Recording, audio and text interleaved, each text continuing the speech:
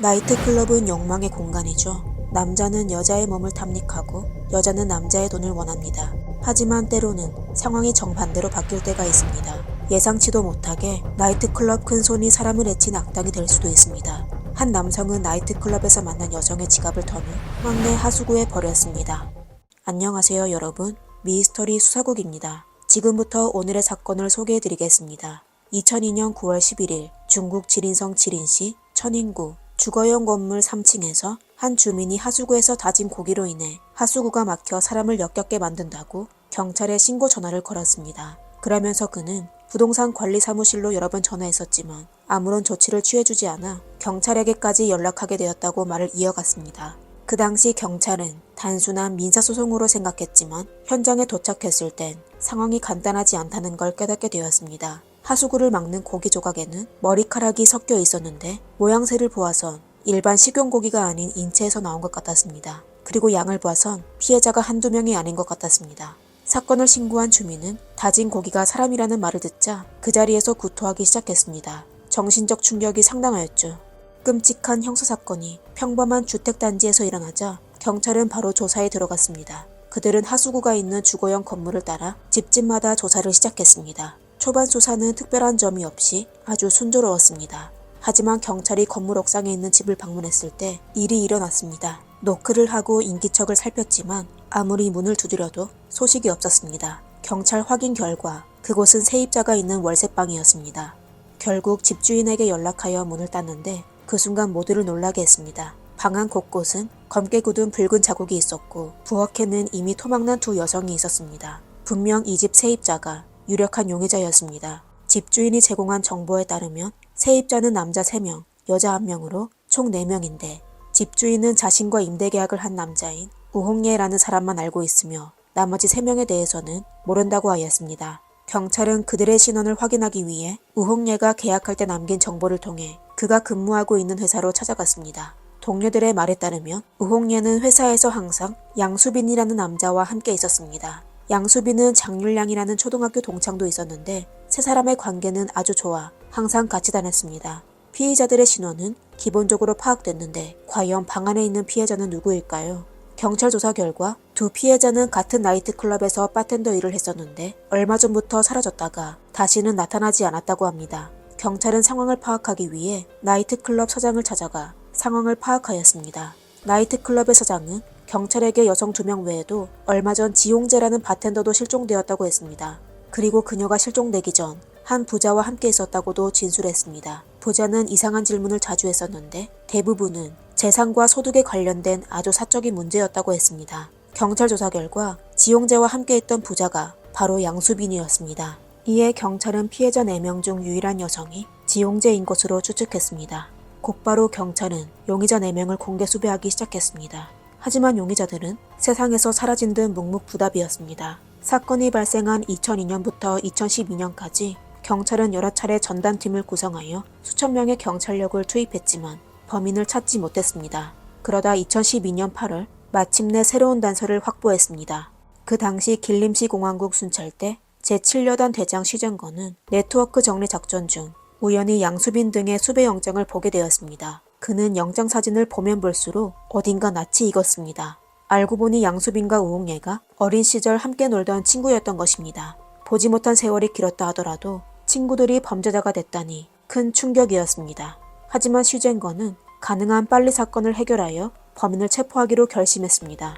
경찰은 3개월간 막대한 경찰력을 투입하였고 11월 3일 마침내 4명을 모두 체포했습니다. 끔찍한 사건이 비로소 종지부를 찍게 되었습니다. 더욱 충격적인 건 앞에 발견된 두 사건은 단지 그들이 저지른 사건의 일부였습니다. 범죄자 4명을 조사한 결과 그들은 1998년부터 2004년까지 총 6차례에 걸쳐 화류계 여성 10명을 해치곤 토막까지 내어 총 200만 위안, 하나로 약 3억 7천만 원이 넘는 돈을 확보했다고 했습니다. 양수빈이 조직의 우두머리였는데 다들 그의 명령에 복종했다고 합니다.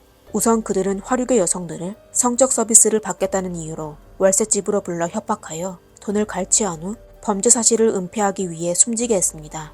양수빈은 4인조의 우두머리로 어렸을 때부터 조직에 있었습니다. 그는 20세가 안 됐을 때부터 관계 남자의 부하로 있었는데 그때부터 물건을 훔치고 싸움을 하며 다녔습니다. 외모가 주윤발을 닮아 양수빈은 파괴라고도 불렸습니다. 오랜 시간을 활동하다 보니 조직에서도 서서히 이름을 알렸습니다. 그는 처음 강도범죄를 저질렀을 때 일하지 않고도 돈을 벌 수 있다는 쾌감에 빠졌습니다. 그리고 그때부터 그는 더 이상 정직하게 일하여 돈 벌 생각을 하지 않고 어둠의 길을 향해 걸어갔습니다. 그는 사람을 해쳐 재물을 강탈하고 돈을 위해서라며 무엇이든지 할 수 있었습니다. 1993년 1월 7일 양수빈과 그의 친구인 류 씨와 리는 하얼빈의 한 당구장에서 다른 손님과 실랑이를 벌였는데 홧김에 범행 도구로 상대방을 찔러 2명이 다치고 1명은 결국 숨지게 만들었습니다. 하지만 경찰이 현장에 도착했을 때 류 씨와 리 씨만 남아있고 주범인 양수빈은 오래전부터 어디로 도망쳤는지 그림자도 보이지 않았습니다. 그리고 도피 이후 양수빈은 더욱 과감해졌습니다. 도피 과정에서 양수빈은 쓸 돈이 없어지자 또 한 번 위험을 무릅쓰고 범행을 저질렀습니다. 그는 부하 왕 씨와 같이 광동성 순더에서 바텐더를 납치하여 월세집으로 데려가 협박했습니다. 결국 그는 10만 위안, 하나로 약 1,800만 원을 뜯어냈습니다. 피해 여성이 탈출한 후 바로 경찰에 신고하여 체포되었지만 도망에 능했던 양수빈은 경찰의 포위망에서 성공적으로 탈출해 범행을 이어갔습니다. 그는 이번 사건을 계기로 우선 돈 많은 바텐더를 타겟으로 하고 범행 파트너의 필요성을 깨닫게 되었습니다. 이에 양수빈은 범행 파트너를 찾아 다음 범행 목표를 찾기로 마음먹었고 그러던 중 초등학교 동창인 박미량을 발견하게 되었습니다. 그 당시 장률량은 사업에 막 실패했고 그의 아내 또한 그를 떠난 상황이었습니다. 인생에서 가장 어려운 순간에 양수빈이 그를 찾아가 장률량도 그로부터 불법의 길을 걷게 되었습니다. 양수빈과 장률량은 새로 찾은 파트너 류아이빈과 함께 같은 수법으로 산동식 외아이씨 원동구에서 류씨 바텐더를 찾았습니다. 그리고 이번 범행을 통해 그들은 거의 20만 위안, 하나로 약 3,700만 원에 가까이 되는 돈을 얻게 되었습니다. 하지만 그들이 돈을 소비하기도 전에 류아이빈은 경찰에 체포되어 종신형을 선고받았습니다. 감옥에 갇힌 류아이빈은 의리를 지키기 위해 두 사람을 폭로하지 않았습니다. 다시 한번 경찰의 추격을 피한 양수빈은 더욱 대담해졌습니다. 그는 범행을 멈출 생각을 전혀 하지 않았으며 점점 더 치밀한 범죄 계획으로 수단도 잔인해졌습니다. 그는 2번의 경험으로 인질이 살아있는 한 본인의 범행이 들킬 가능성이 높다는 걸 알게 되었습니다. 그때부터 그와 장위량은 강도 사건을 저지를 때마다 인질을 숨지게 하여 본인들의 안전을 보장하려고 했습니다. 이와 동시에 양수빈은 스케일을 키우기 위해 끊임없이 동료를 모집하기 시작했습니다. 그는 우선 같이 일하던 동료 우용혜를 팀으로 데려왔습니다. 이후 그는 돈 많은 타겟을 찾기 위해 바텐더 일을 하는 지용재를 부하로 데려왔습니다. 우선 그녀가 여자들에게 먼저 다가가서 여자들에 대한 정보를 미리 확보한 후 돈이 있는 사람을 찾아내 그녀와 사이좋게 지내려고 노력했습니다. 그러다 두 사람이 친해진 후 양수빈은 돈이 많은 척하며 나이트클럽으로 가 여자들의 관심을 끌기 시작했습니다. 그리고 우엉예와 장률량은 양수빈의 부하 역할을 맡아 끊임없이 그를 칭찬하며 양수빈이 부자라는 걸 여자들에게 인식시켜 주었습니다. 양수빈은 또 돈을 아끼지 않았는데 원래 200위안, 하나로 약 4만 원이 되는 팁을 늘 2배로 주었습니다. 이렇게 양수빈은 여자들의 관심과 사랑을 받게 되었습니다. 그녀들은 모두 그 부자와 좋은 관계를 맺어 그에게 더 많은 돈을 벌고 싶어 했습니다. 안타깝게도 자신들이 상대방의 표적이 될 것이라고는 상상도 하지 못했습니다. 그녀들은 결국 돈뿐만 아니라 목숨까지 잃게 될 것입니다.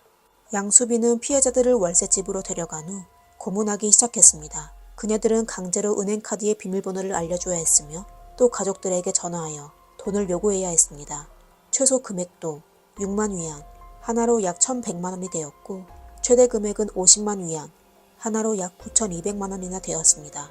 양수빈 일당은 돈을 성공적으로 갈취한 후 바로 피해자들의 목숨을 끊었습니다. 2002년 전까지 그들은 4번이나 성공했습니다. 범행을 마친 후 여자들을 분해하여 하수구에 부어 증거를 인멸했습니다. 하수구에 막히게 되자 사건이 경찰에게 발각된 것입니다. 여기까지 시청하신 여러분은 아마 2002년부터 2012년까지 10년 동안 경찰은 왜 그들을 체포하지 못했는지에 대해 의아하실 겁니다. 그들의 범행 수법은 그다지 정교하지 않았지만 정찰 능력이 아주 뛰어났습니다. 양수빈은 범행 과정을 치밀하게 계획하였습니다. 그는 여성의 신체를 다룰 때 주변에 들키지 않도록 도끼나 전기톱을 사용하지 않았습니다. 그리고 그들은 인체를 익힌 뒤 고기를 분쇄기에 넣고 다진 후 하수구로 배출하고 뼈는 늦은 밤에 강가에 던졌습니다. 그리고 은행에서 돈을 인출할 때도 모자로 얼굴을 가리며 사람들에게 발각되지 않게 하였습니다. 2002년 여러 사람이 수배된 이후 인터넷과 기술의 급속한 발전으로 양수빈 일당은 범죄를 계속하게 되면 체포될 가능성이 높을 거라고 판단하여 범죄자 신분을 벗어나기로 계획했습니다. 우홍예의 애인 마제나의 소개로 양수빈은 경찰서 부국장에게 막대한 금액의 뇌물을 건네 산시성의 작은 마을에서 새로운 호적을 등록할 수 있었습니다. 이후 그들은 내몽골 바우터시로 호적을 옮기고 신분 세탁 후 새삼을 살기 시작했습니다. 양수빈은 왕셰리로, 지용재는 마하이엔으로 신분 세탁했습니다. 두 사람은 결혼하여 발 마사지샵과 당구장 두 곳을 운영했습니다. 그리고 장률량은 양셰고로 개명해 왕셰리의 동생으로 신분을 위조해 매트리스 사업을 운영하고 있었습니다. 그리고 평범한 현지인과 결혼하여 아이까지 낳았습니다. 마지막 남은 범인 우홍예는 왕하이엔으로 개명해 석탄 산업에 종사했습니다. 범죄자들은 쥐죽은 듯 조용히 평범히 살았으며 그 누구도 이들이 한때 연쇄살인범이라는 사실을 몰랐습니다. 장률량은 자신의 정체를 들키지 않기 위해 살을 찌우기 시작했고 특별한 일이 없으면 서로 연락도 하지 않았습니다. 설날에 모여서 함께 식사를 하는 정도였죠. 하지만 법적인 제재를 피하기는 쉽지 않았습니다. 2012년 11월 단연간 배치된 경찰은 마침내 바오타오시에서 그들을 체포하게 되었습니다. 신문 과정에서 양수빈을 제외한 수감자들은 모두 자신의 범행을 인정했습니다. 그러다 시젠거가 직접 신문을 하러 나서자 양수빈은 더 이상 숨길 수 없게 된 걸 알고 범행 과정을 털어놓기 시작했습니다. 우홍예는 무기징역을 선고받았지만 얼마 지나지 않아 질병으로 숨졌습니다. 지용재도 역시 무기징역을 선고받았는데 현재까지 복역 중입니다. 그리고 양수빈과 장일량은 2013년에 극형을 선고받았으나 두 사람은 판결을 받아들일 수 없어 항소하여 증거 문제로 사건을 재심하게 되었습니다. 그러다 2015년 5월이 되고서야 재심이 시작되었는데 법원은 원래의 판결을 유지하였습니다. 이후 두 사람은 또 항소했지만 법원은 결국 극형 선고를 바꾸지 않았습니다. 집행은 2016년에 진행되었습니다. 구치소 경찰은 양수빈에 대해 그 사람은 생각이 깊어 보였어요. 무슨 생각을 하고 있는지 알기가 어렵습니다. 라고 하였습니다. 극형을 선고할 때까지 양수빈의 얼굴에는 어떤 감정도 느낄 수 없었습니다. 그가 잔인한 짓을 너무 많이 해서인지 그의 정신적 인내력은 보통 사람보다 훨씬 뛰어났습니다. 물론 그러한 심리적 자질이 없었다면 그는 그렇게 많은 범죄를 저지른 후에도 평화롭게 살 수 없었을 것입니다. 누구나 풍요로운 삶을 살 수 있기를 바랍니다.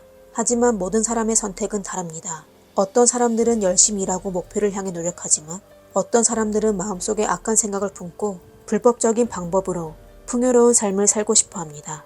앞서 말씀드린 사람의 삶은 점점 더 좋아질 것이고 본인의 행복을 위해 다른 사람을 해치는 사람은 결국 자신들의 행동에 대한 대가를 치르게 될 것입니다. 정의는 늦어질 수 있지만 없어지지는 않습니다. 오늘의 이야기는 여기까지입니다. 영상이 마음에 드셨다면 좋아요와 구독 부탁드리겠습니다. 댓글에 여러분의 생각을 남겨주세요. 다음 영상에서 뵙겠습니다.